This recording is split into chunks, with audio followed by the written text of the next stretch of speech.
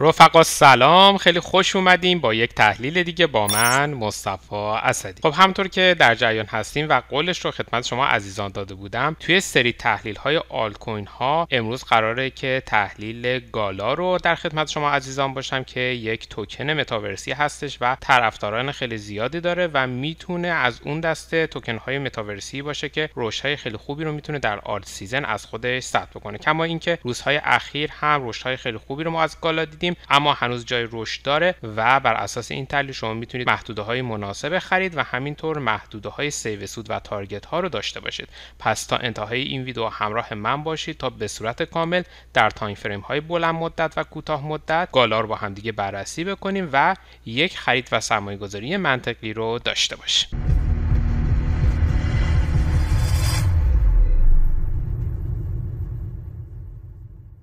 خب من ابتدا از تایم فریم هفتگی شروع میکنم گالا رو به تحلیل و بررسی کردن و بعد تایم فریم ها رو همینطور کوتاه مدت تر میکنیم تا نوسانات ریزتر و جدیدتر قیمت رو بتونیم با همدیگه بررسی بکنیم. من چارت گالا USDT رو در تایم فریم هفتگی روی سایت tradingview.com باز کردم و مثل همیشه چارت رو روی حالت لگاریتمی قرار دادم تا نوسانات ریزتر و دقیقتر قیمت رو بتونم برای خودم داشته باشم. همونطور که میبینید طی یک ماه اخیر گالا یک رشد خیلی خوب رو تونسته از خودش ثبت بکنه که اگر بخوایم اندازه‌گیریش بکنیم یه چیز هولوش 227%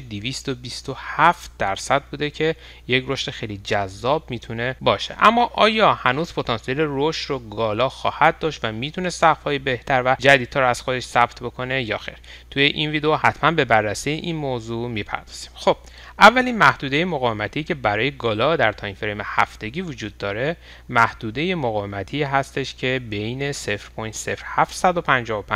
تا 0.08820 هستش. الان گالا درگیر این محدوده مقاومتی که یک محدوده حمایتی سنگین در تایم فریم هفتگی بوده هستش و اگر بتونه از این محدوده مقاومتی عبور بکنه میتونه یک شانس رو به ما بده تا سقف‌های جدیدتر رو بتونیم از گالا ببینیم. دومین محدوده مقاومتی که گالا در تایم فریم هفتگی پیش رو داره محدوده مقاومتی هستش بین 0.14598 تا 0.17996 که محدوده مقاومتی بعدی ما در تایم فریم هفتگی هستش. محدوده مقاومتی سوم ما در تایم فریم هفتگی محدوده مقاومتی بین 0.31843 تا 0.38514 هستش و در نهایت آخرین محدوده مقاومتی که سقف قبلی گالا در تایم فریم هفتگی هستش محدوده بین 0.57975 تا 0.72150 هستش که باید ببینیم در گام صعودی که پیش گرفته آیا میتونه دوباره به این سقف برگرده یا خیر. خب توی تایم فریم هفتگی بچه‌ها یک موضوع هستش که میخوام توی این ویدیو بهتون آموزش بدم. ما یک قانونی داریم به نام قانون سه خط روند. این خط روند اول ما در تایم فریم هفتگی هستش که اومده گالا به سمت بالا شکستتش و بعد از اینکه شکستتش اومده به جای اینکه رشد زیادی رو از خودش ثبت بکنه یک اصلاح داده و این روند نزولی که داشته رو ادامه داده. اینجا اومده یه خط روند دوم رو برای خودش ایجاد کرده و بعد اومده خط روند دوم رو هم به سمت بالا شکسته و این بار با شکست خط روند دوم اومده به محدوده شکست پولبک زده و یک رشد جذاب رو برای خودش ثبت کرده.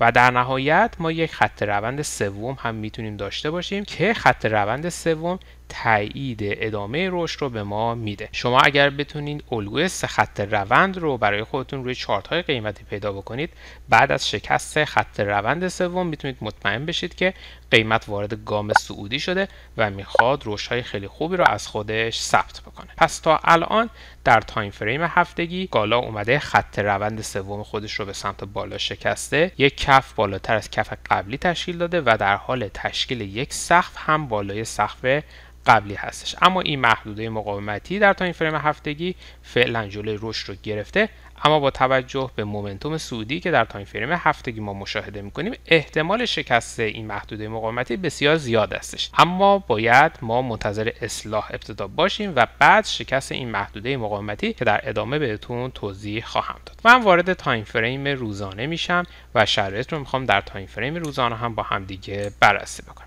در تایم فریم روزانه ما یه همچین کانال صعودی رو میتونستیم برای گالا داشته باشیم که همونطوری که میبینید الان سقف کانال صعودی ما در تایم فریم روزانه به سمت بالا شکسته شده و مثل همیشه با توجه به شکست معتبر سقف کانال صعودیمون به سمت بالا انتظار داریم قیمت به اندازه پهنای کانال صعودی رشد بکنه. پس هدف ما در تایم فریم روزانه میتونه این محدوده باشه که من با علامت قرمز نمایش دادم، یعنی محدوده 0.11228.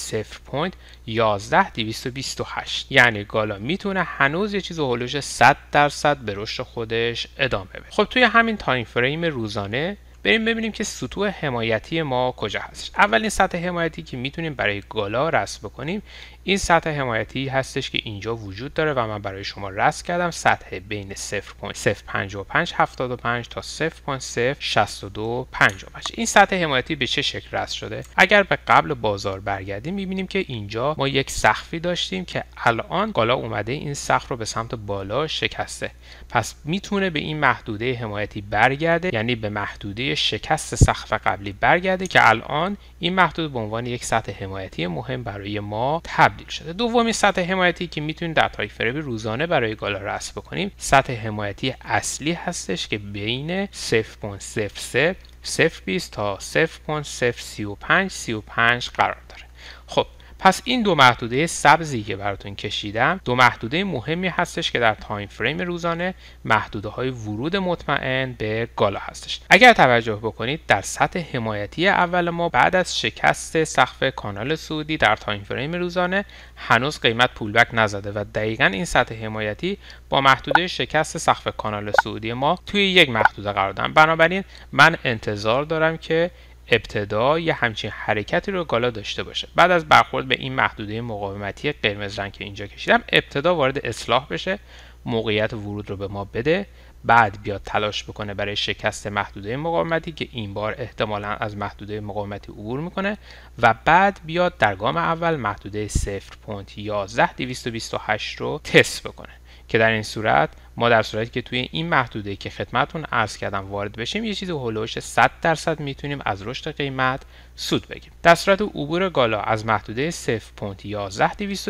انتظار داریم بیاد دوباره یه تست بکنه و بیاد محدوده مقاومت بعدی ما که محدوده‌ای بودش که قبلا براتون رسم کردم، یعنی محدوده بین 0.14598 تا 0.17996 رو تست بکنه و در صورت عبور از این نواحی میتونه به دو محدوده مقاومتی بعدی و سقف قبلی مجدداً برگرده که همونطور که عرض کردم هر کدوم از این ناحیه‌های قرمز رنگی که براتون رسم کردم یک تارگت برای ما به حساب میان و شما باید توی این محدوده حتما سیو سود خودتون رو انجام بدین و محدودهای سبز رنگ رو هم که براتون رسم کردم محدودهای ورود ما هستش. اما در تایم فریم 4 ساعته اگر بیام یه نگاهی به چارت و آخرین گام صعودی گالا بندازیم با توجه به ابزار ولوم اندیکاتور و این گام صعودی اخیری که ایجاد شده می‌بینیم که توی این محدوده یعنی محدوده 0.04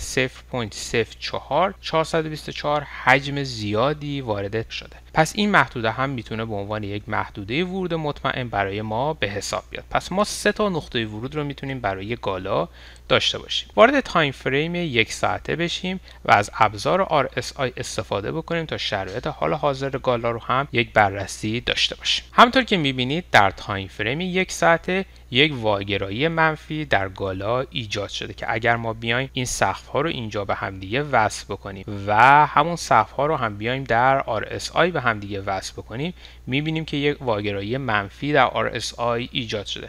این میتونه برای ما یه خبر خوب باشه چون میتونه این محدوده مقاومتی یه دراپ قیمتی برای ما ایجاد بکنه، برگرده گالا به محدوده شکست سقف کانال صعودی در تایم فریم روزانه و محدوده سطح خرید اول ما که سطح اول حمایتی ما بود و اینجا به ما یه موقعیت ورود بده تا بتونیم از گام بعدی حرکتی گالا سود خیلی خوبی رو دریافت بکنیم. پس توجه داشته باشید، بهتون پیشنهاد میکنم صبور باشید، منتظر اصلاح گالا بمونید و توی محدودهای سبز رنگی که خدمتتون عرض کردم خرید خودتون رو تکمیل بکنید و توی محدودهای قرمز رنگ هم سیو سود خودتون رو انجام بدید. امیدوارم که این ویدیو و این تحلیل براتون کاربردی و مفید باشه و مثل پروژه فانتوم که چیز حدود 30-40% از ناحیه خرید اول ما تونست رشد بکنه، این پروژه هم بتونه رشدهای خیلی خوب رو از خودش ثبت بکنه و سود خیلی خوبی رو در اختیار شما قرار بده.